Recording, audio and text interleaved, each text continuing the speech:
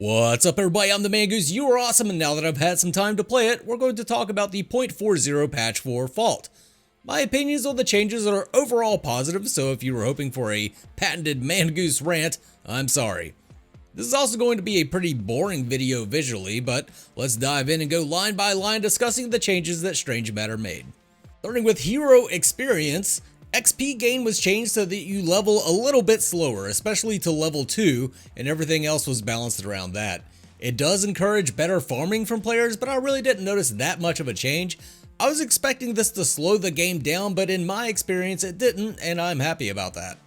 The gold you get from kills and XP bounties. A lot to go over here. I'm just going to try and summarize this a bit. You'll get more gold from killing someone who's on a kill streak, that's someone who is dominating. And you'll get less gold from killing someone who's on a death streak. That's somebody that's been getting their shit pushed in the entire game. Assist gold is fixed at 150 unless you kill someone that's on a death streak. Group kills give XP according to the victim's level and is shared among everyone that gets the kill. You get all of that XP plus a bonus if you solo kill someone. So you get more experience from killing someone higher level than you and less if they're lower level. All of this adds up to discouraging deathballing while also giving the losing team more of a comeback mechanic. All in all, great changes as far as I'm concerned. Fault has been a very snowbally game, and these changes should alleviate that somewhat. Tacked on to the end of all this, they're reducing the shared XP from lane minion kills from 30% to 25%. The way I see that, it's a bit of a nerf to supports that are trying to get their XP through their carry getting last hits, and I don't like this at all. I mean, I'm already sucking dick for levels as a support. I know this is to discourage stacking a lane, but I think it hurts the supports more than it discourages death balls. Scrystone is a great idea to help supports gain some gold, but I'd rather have experience, to be honest. Now that they're chopping that down a bit, I don't know. As a support, you rely more on the impact than the efficacy of your abilities, and slowing down support leveling ain't good. Hopefully I'm just kind of misreading that and I'm not getting it or something. I don't know. It didn't really seem to have that much of an effect. I mean, as a support, you're always down on golden levels anyway, so whatever.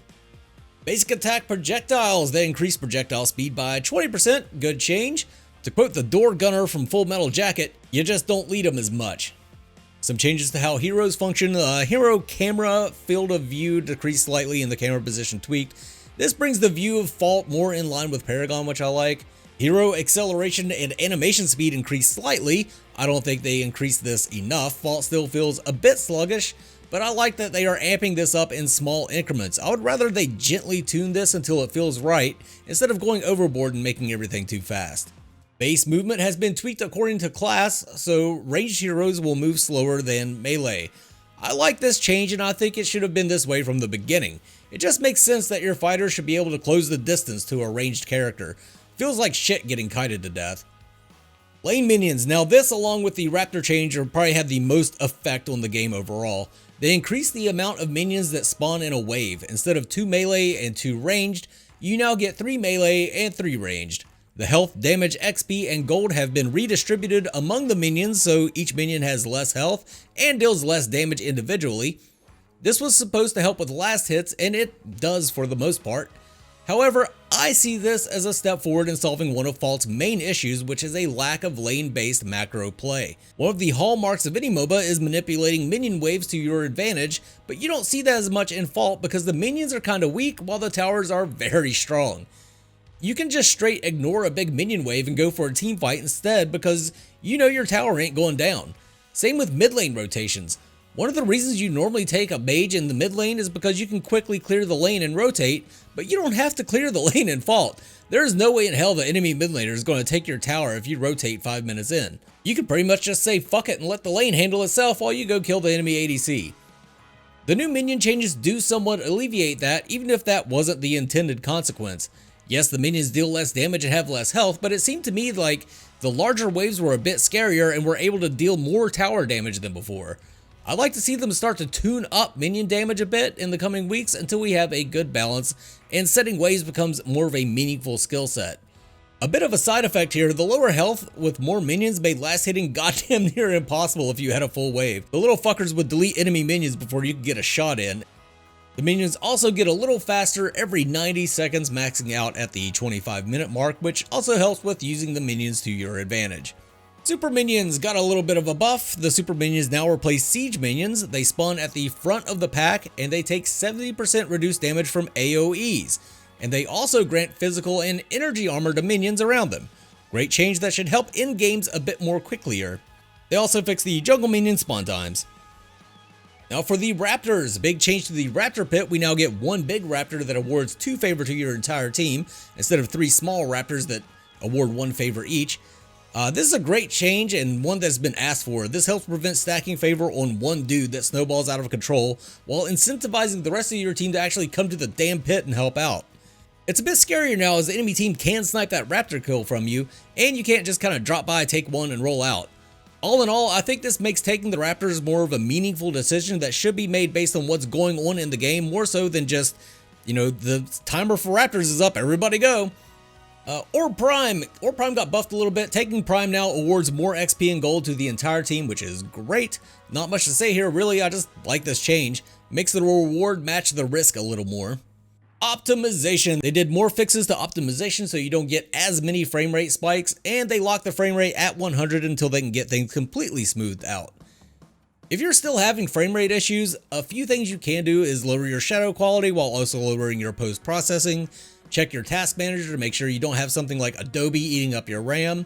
I also found that Norton Firewall was causing crazy freezes in my game, so I opened those settings and allowed Fault through the firewall. If you're having trouble identifying the app, Jacka gave me a little tip in the Fault Discord. It's called ResWin, but I'll post it on the screen.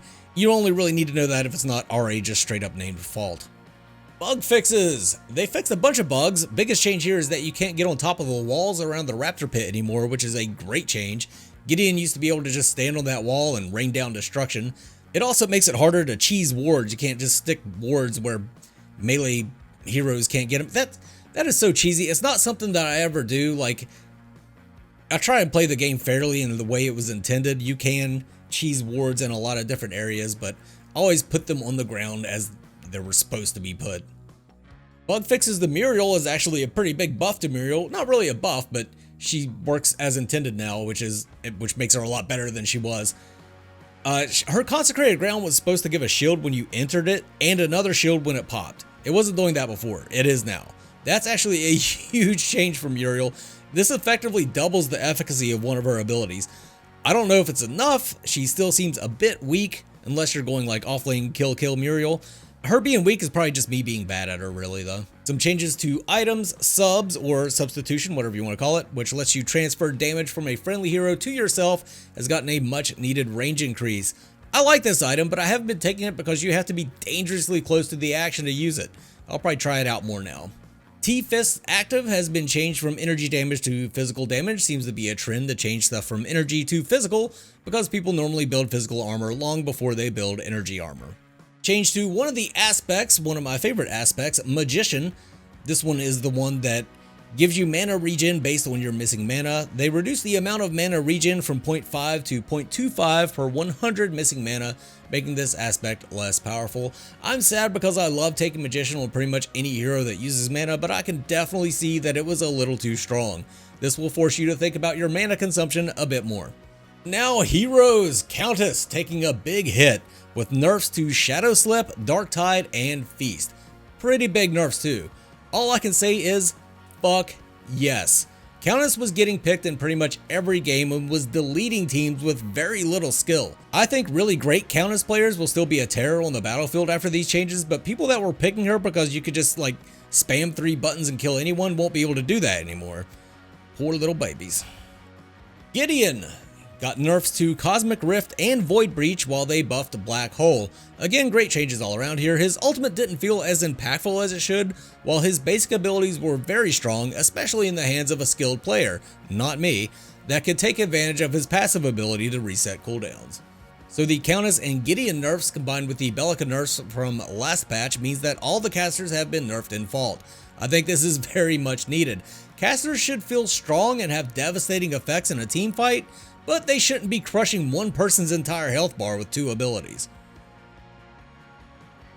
Narbash, Thunk cooldown increased a bit as you level, not a huge change. I don't think it was needed, but I'm a Narbash main, so I'm biased as fuck. Steel buffs to the damage of Shield Bash and his ultimate, while the stun from his ultimate has been nerfed a little. It's good to see the stun duration brought down a bit. Seems like the stun trains are a little too easy to pull off right now. I'm not sure that he needed the damage buffs. Anytime I've played Steel, I felt pretty damn strong, and other Steels that I've seen also seem strong. I may start picking him more than Narbash, to be honest. Do you guys think he really needed the damage buffs? I don't know. And finally, Twin Blast. Holy hell, was this ever needed. There is now a 0.625, I don't know how they came up with that number, second delay between grenade charges. Twin Blast is an ADC, but people were playing him as a burst mage because you could just triple ram grenades up somebody's ass before they could react at all. He was a terror in the early game because of the burst damage, while still being scary late game because, you know, he's an ADC.